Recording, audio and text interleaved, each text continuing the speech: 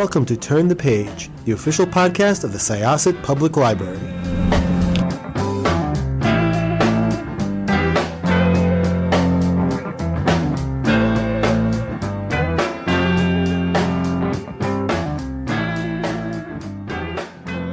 Hello, everyone. Welcome back to Turn the Page. I am your host today, Jen, and I am joined by an extremely accomplished and talented writer who is here to share a book that just really, took over my last 36 hours, really, consumed my life. And I am so excited to get to know her in this book. So let's talk about it. Hi, welcome to the show. Could I please ask you to introduce yourself and your book? Hi, thank you so much for the invite. I am excited to be here. My name is Premee Mohamed. I am an Edmonton-based author and scientist.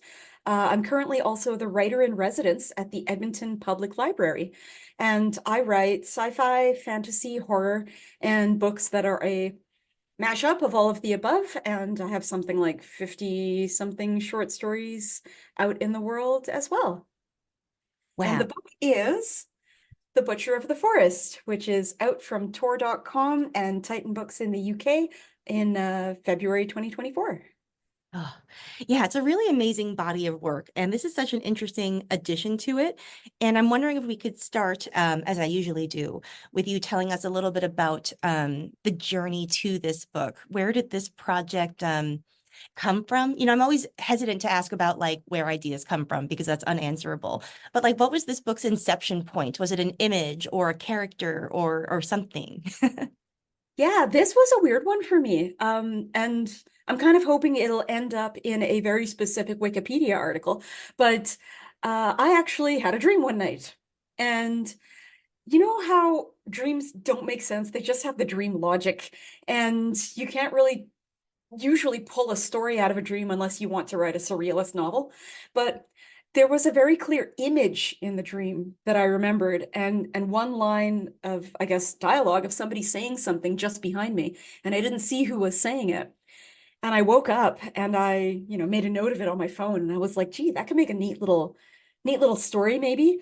Um, and so I kind of worked backwards from that. The image that I had was of the throne room and of the skulls on the wall and the throne against the back wall, a stone wall. And I kind of, took it back into the world of consciousness and thought, well, what are we looking at here? Is this like a castle? Is this a medieval story, a historical story? Maybe this is a fairy tale. Maybe this is one of those evil kings that we read about in fairy tales. And the words had been something like, but are the children innocent of the sins of the father? And, my first thought was, well, I don't know. What children? What father? So that literally is where the book came from. I worked on it. I was very, very excited once I thought, oh, let me write some weird fairy tale-y type book about children and a father and something that happens to one of them, and sins, historical sins. Let's talk about that. I worked on it for about 3 weekends, for about, I don't know, 5, 6 sessions of writing, and I cleaned it up, and I threw it at my agent, and he was like, where did this come from? You're not supposed to be writing this. You're supposed to be writing something else. But at the same time, when I had the dream, and I think I had tweeted about it at the time, an editor at Tor had said, I would be interested in at least looking at that. So we sent it to him first. That was Jonathan Strahan, and they ended up acquiring it, which was very exciting. So the book came from a dream into the real world, like something from a fairy tale. That is the perfect story for this book. That's Yeah. fantastic. Wow.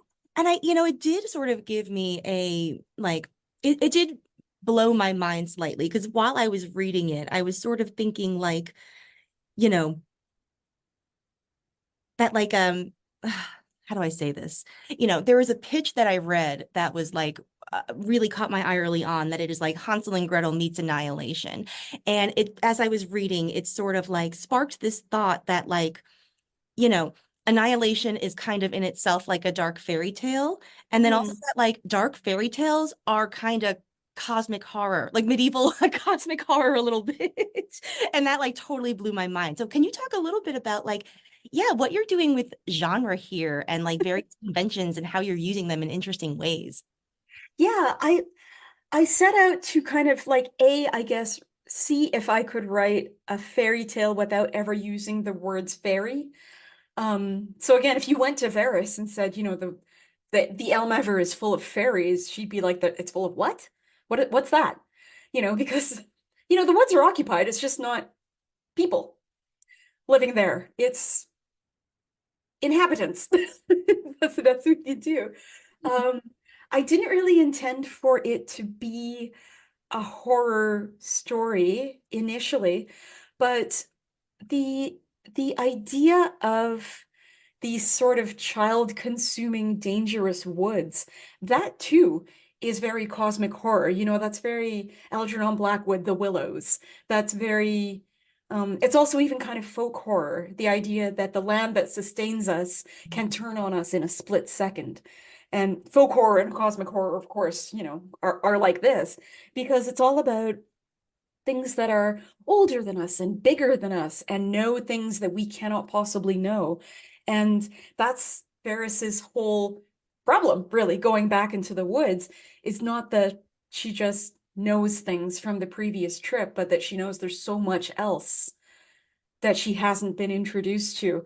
And so, I saw a review the other day, I think in Locus, where the reviewer was talking about, well, Varys has all these rules going in, but they obviously can't mean anything because she breaks them all.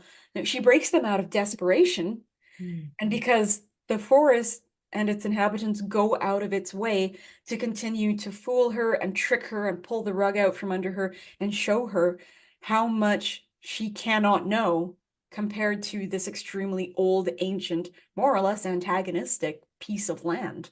Mm. And I played with the structure as well. I ended up kind of not wanting to make it shaped exactly that, like Freytag's pyramid, with the climax coming very close to the end. Instead, I wanted to play with that idea of threes in the book. So, what Vera sets out, and her aunt makes her 3 small cups of tea and 3 eggs with 3 herbs for luck. It's very part of their culture. Mm. So Varys doesn't realize till too late that she has to encounter 3 obstacles or puzzles to get to the children, and then 3 to get them back out. So, what seems like the climax comes in the middle of the book. And she, obviously not knowing that she's a fictional character, isn't aware that that's what's happening. And again, that's very horror too, because most of the scary things in horror come from us not knowing what the danger is. Yes. That is an excellent point. And when you were talking about, the fact that you never use the word fairy, it reminded me of the way that like zombie stories don't use the word zombie They usually don't. because it's Yeah. unknowable in their world. Yeah. Oh no, it's a walker, it's a shambler, it's the undead. They don't know the word zombie. They've never seen a zombie movie. And yeah, like it is almost like it's like a primer on surviving a fairy tale without using that word.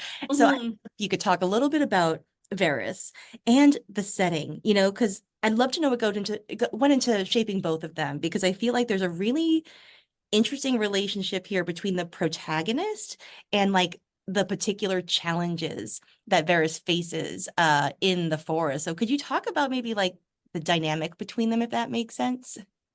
Yeah, this is very much also, aside, apparently it's very ambitious for a novel. Aside from being a horror story, aside from being a fairy tale, this is also a story about colonialism and anti-colonialism because Varys is very much being coerced. So the story starts with horror. Her agency has been taken away from her. And this is again because the colonist, the tyrant who has conquered her valley, his children are the ones who've gone missing. And so he has this power to say, you have to do what I say, or else I will kill your remaining family and probably the rest of the village if I feel like it. And it's just this power imbalance that her valley has always been subjected to. People who came in and tried to conquer them, in most cases got assimilated, and now they just live there now. But this most recent invasion has been very violent. Her parents are both dead. Um, everyone else in her family is dead. It's very fresh in the memory. And then you also have the dynamic of the insiders versus the outsiders. The people of her village are very well aware of how dangerous the woods are, so they just stay out of them. They haven't had a child go missing for years. The tyrant and his people don't know that. And it's another case where you see it repeated again and again and again throughout history, is people show up, assume they know better than the inhabitants, end up suffering the consequences, and then force the inhabitants to fix the problem. It's, at their own cost, usually at the cost of their lives. And I kept thinking about that, about how much Veris must resent what she's doing, how much she feels she's forced to do it. And then the conflicting, thoughts of, well, they are children though. They're not part of the invasion. They weren't part of the killing. At the same time, though, if you go and get them, what are they going to go do in the future? Are they just going to continue this cycle? Are they going to keep oppressing her people? Yes, probably, because that's what they're being raised to do. So there's kind of a very modern moral quandary for Varys. The type of ethics we think about a lot, but they never seem to bother with in fairy tales. Yeah. And the setting too is part of that because, when you read a fairy tale, even if you know it came from like rural France or something, it's still very much set in the world of the fairy tale, which is not a real place. And so that's kind of what I was going for with this place. There's definitely trees. There are definitely animals, but where specifically is it set and when is it set? Little vague. They've apparently just figured out guns. So could be like the 1300s equivalent in this place. I don't know. That was really actually funny because when I read that line, I was like, oh, to live in a world and not know what guns are, not Yeah. that I like really wish I lived in like the 13th or 14th century, but like that framing. Um, I really love the point that you made about it sort of having this post-colonial sort of view, because it makes a really subtle point, I think, with the child characters that like, privilege protects you from a lot, but it is also like it can make you very vulnerable and give you hmm a lot of spots that aren't quite in your awareness, and I think that hmm was achieved so subtly. So could you Yeah, talk right. maybe a little bit more about that angle? Because another thing I thought of was that like, how we sometimes talk about like revisionist Westerns. It's sort of like hmm a revisionist post-colonial fairy tale a little bit. Yeah. Yeah, it kind of seems like it's going to go that way. In particular because, the young girl is the heir. Mm. And so she's being raised, cultivated to be exactly like her father. And I always knew it was going to have, the ending that it did, but uh, it it's it's sort of the fairy tale vibe of it too. I think that some people change and some people find themselves incapable of change. And one has to ask oneself why. And in the end, I think it all comes down again to power.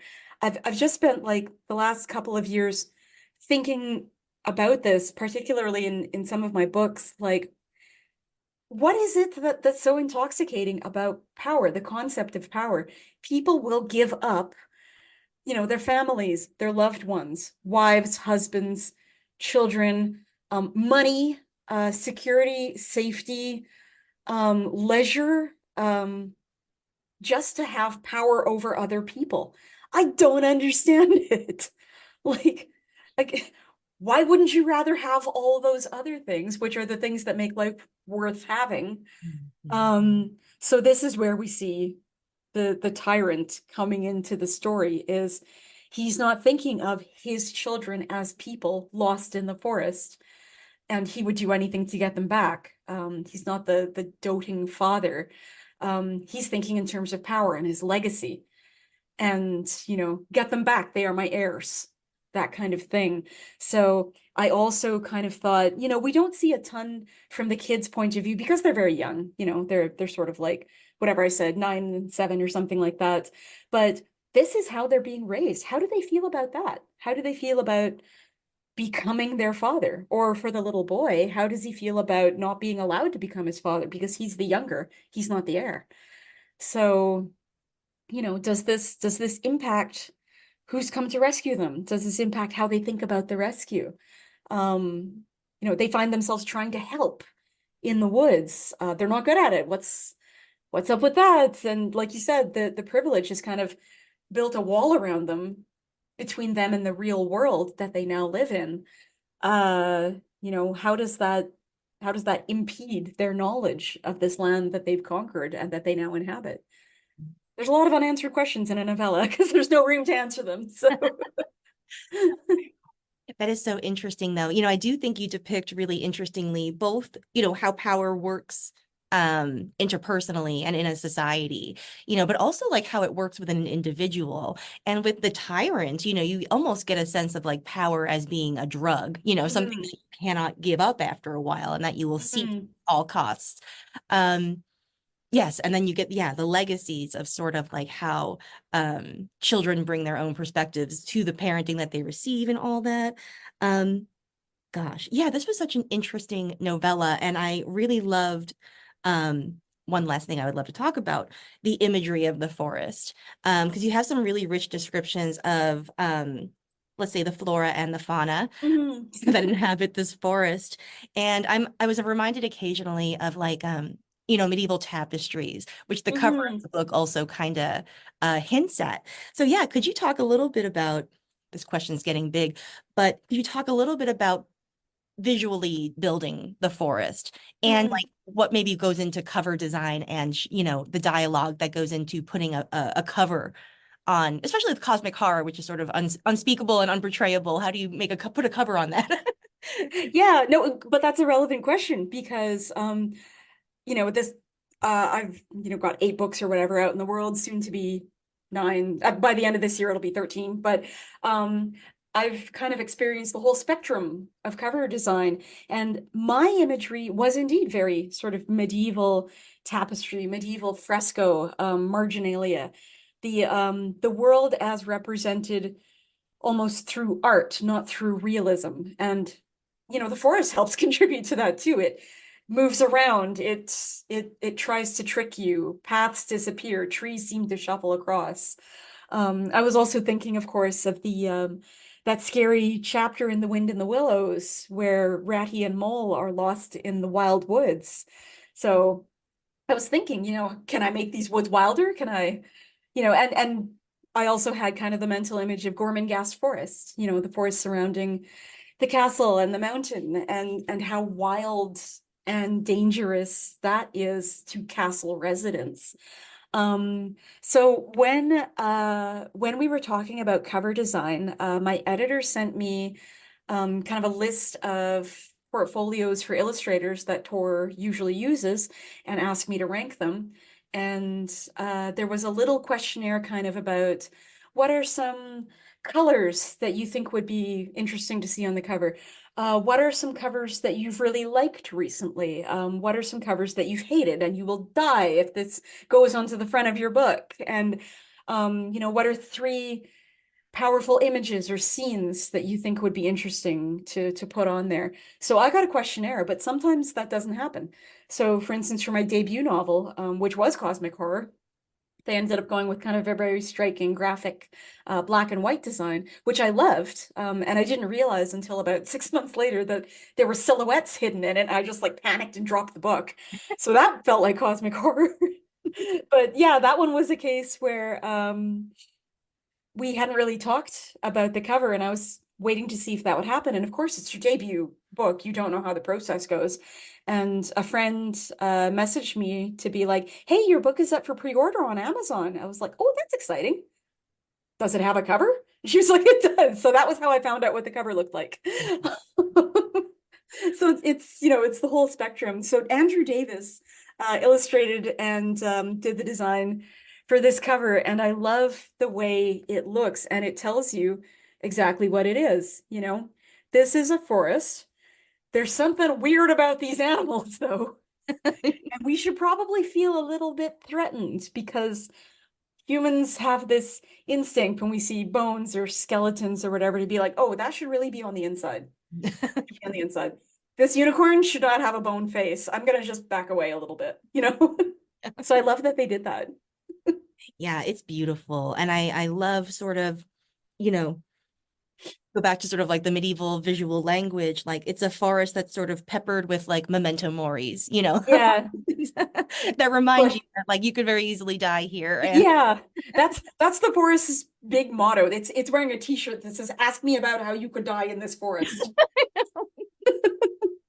And Veris is like, I'm trying to ignore that. I have a job to do, and the forest is like, I'm just reminding you, again, in case you forgot. And I loved putting in the little temptations, the not the puzzles, but the things that Varys is presented with, where she's like, I happen to know that's a trap. Good try though. So I love that the apples ended up on the cover as well. yeah, she's such a great perspective to have on this kind of story. And I love particularly the way that you sort of like justify all of her short-term decisions and how they are ultimately oriented towards surviving this scenario that I am in right now, and then we'll think about surviving the next one.